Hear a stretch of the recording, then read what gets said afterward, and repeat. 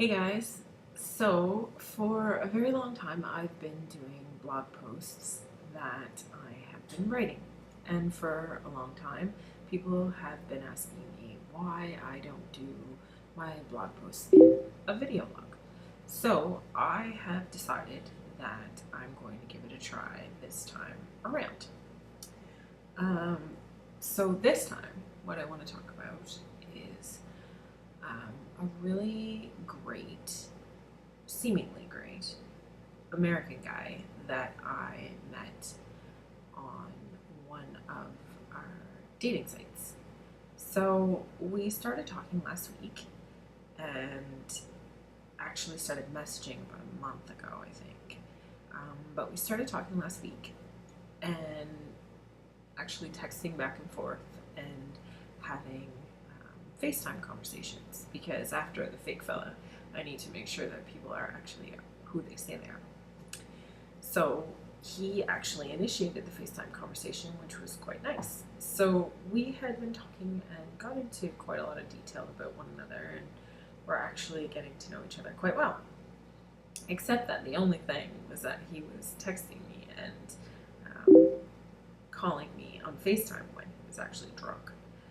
So each time this was happening, he would say all kinds of nice things to me and, tell me how much he liked me and all that kind of thing, which was really nice because I quite liked him, actually, to be honest. And then on Friday, he asked if he could take me to the local festival here that we have every summer called Blues Fest, because it's that time of year. And he wanted to see a band called, I think, The Joy Formidable, that's what it's called. But he wanted to go see that band, and he asked if I'd like to go with him. So of course I agreed, because as everybody knows, I love some music. And he said, that would be great, let's do that. And so we arranged for Sunday. After, of course, he knew he was going out on Saturday night. So I went out Saturday night with a bunch of my friends and had a really nice evening, and of course sent him a few pictures because that's what I do. And we're not talking about the kind of like duck face, me with my girls pictures or anything like that. I actually only sent him a picture of the drink I was having, so it was totally above board. Anyway, so he got home, and of course he drunk dialed on FaceTime. And we had a great conversation, and it was at that point that, for the very first time, he mentioned my age, because I had been teasing him about his age for the entire time we were getting to know each other, which was about a month. And he's 26, which is significantly younger than me. So up to that point, it never really mattered to him, apparently. And then he said that he wanted to check out my profile again, so he did. And he said to me something I found really interesting. He said that women of my age group often are looking for something specific. They're looking to start a family, they're looking to get married, not necessarily in that order either, but ultimately those are the two goals they have in mind. And he wanted to make it really clear to me that, given the fact that he is only 26, he has absolutely no intention of marrying me within the next 2 years, nor helping me carry a child for the next 3. Given that we hadn't even had a first date yet, I was definitely okay with that conversation. But on top of that, I'm okay with it anyway, because as most people know, kids just aren't on the agenda for me. And I'm also not on the manhunt for someone to marry. I mean, I date because I want to get out of my house. I date because maybe one of these lovely guys I spend some time with will actually be someone I want to spend more time with. And not just someone who's gonna, tell me I'm beautiful for a few hours and then never speak to me again. And so we carried on that conversation, and that is kind of speaking to the honesty of our relationship up until that point too, because anything that anyone ever wants to know, I'm happy to tell them.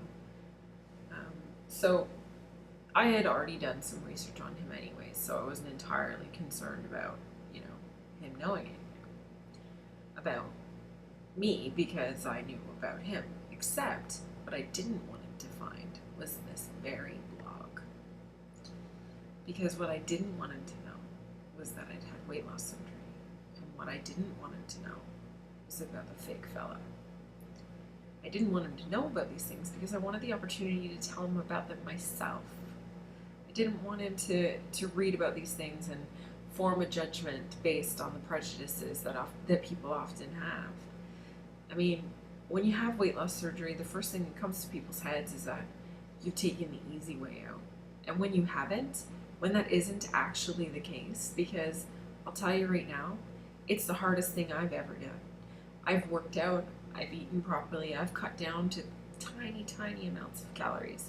And none of it, absolutely none of it, was as difficult as it was to have this surgery and to try to recover from it. I mean, every day I still struggle. I spend time with my friends and, we go and we do our activities on our Jeeps and go wheeling and that sort of thing. And I'm jumping out of my Jeep to puke when all I've had is 5 M&Ms because the damn thing gets so tight when I'm anxious. It's absolutely crazy. I've never suffered from any kind of anxiety in my life when it comes to my stomach. And since I've had my surgery, I'm constantly affected by it. And there's a lot of other things that I've covered in other blog posts and, talked about in great detail. But this particular one, it just really gets me. I mean, people just judge. They just don't realize that it's difficult. It's a hard decision to come to. And then when you have done it, you've got to live with that because it's inside your body. I mean, you can loosen it, but what's the point of having it? And you spend a significant amount of money to get it in your body to begin with. Anyway, so he came over on Sunday, and the minute he walked through the door, obviously we were making out quite rapidly. And really, there was nothing wrong with that to me because that's what I expected to happen. I mean, the sexual tension had been growing all week, and we'd spent the good part of about 15 to 20 hours talking constantly with no interruption. We didn't have those things where you have a date with somebody and talk for a few hours and make out for a few hours, talk for a few hours, make out for a few hours. We had constant discussion. No breaks in the conversation, no awkwardness, no anything. All great conversations, but lots of them nonetheless. So it really didn't feel like a first meeting or first date.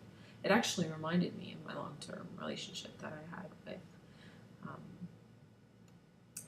Alex way back in England.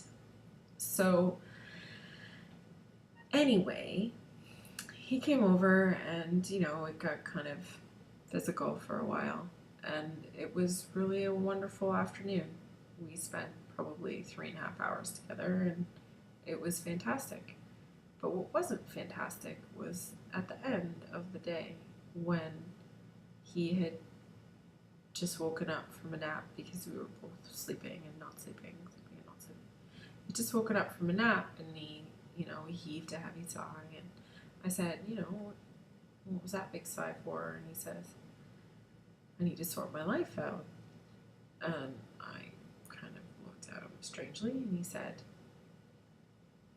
I really need to get back into the swing of going to bed early and getting up early and get my life in order and actually be a bit more productive. And I said, so what does that mean?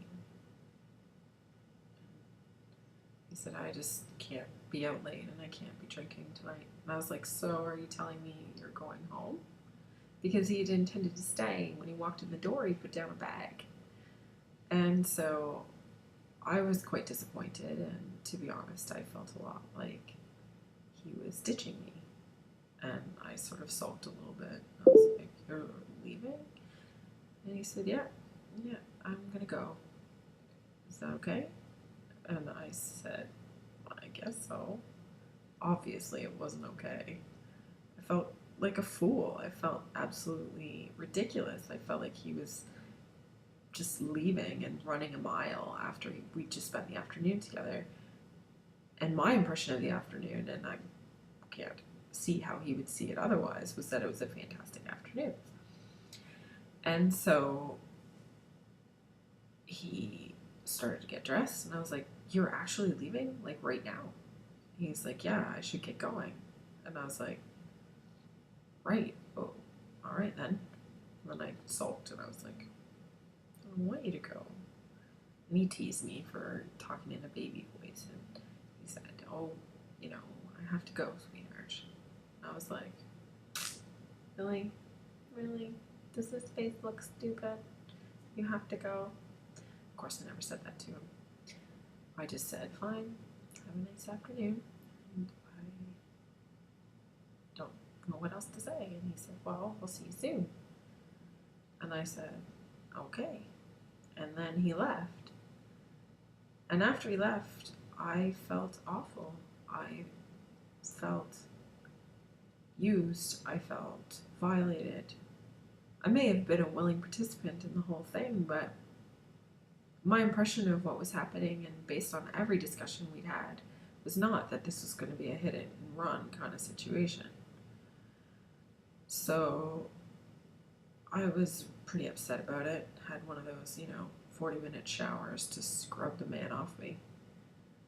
And I texted him afterwards and I said as much. I said, I had a really nice time with you today, and I can't help but wonder what you're thinking.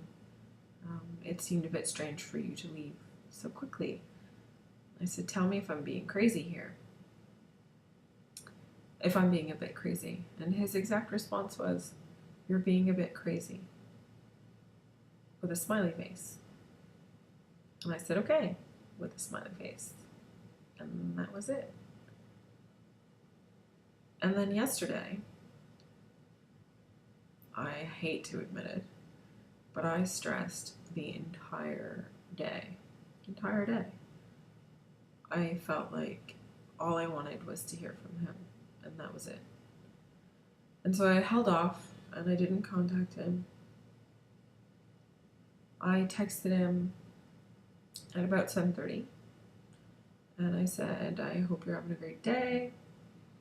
And I was a bit distracted. I hope it's more productive than mine, because I was a bit distracted thinking about you. I think that's a nice text message. He replied immediately and said, "Yeah, no bueno. I'm in fucking Virginia. I'm not happy." And I was shocked, because it's a total possibility that he could be in Virginia because of what he does. And I said, "How did that happen?" And his response was, "Well, when people don't do their jobs properly, sometimes they need me." He said, "I'm cranky. I'll talk to you later. Sorry." And I said, "Okay, big hug." And that was last night.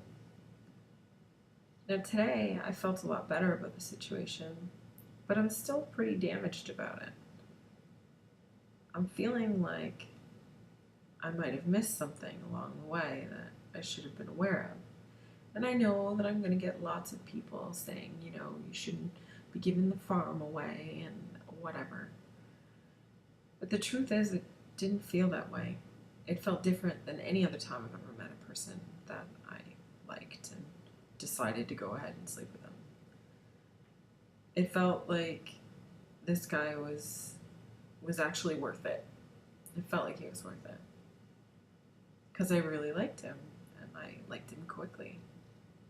So it was a tough day, but it's brought me to right now, where I'm telling the story and putting it on a video, hoping that I actually publish it, because, I'm still a bit nervous. But I always hope when I write these things that people have something to say, that people want to share their thoughts and share their feelings. So if you do have something to say, let me know, and write it in the comments or send me an email or whatever you want to do. But just give me the feedback that you think I deserve. So on that note, I will hopefully keep up with you next week. Bye.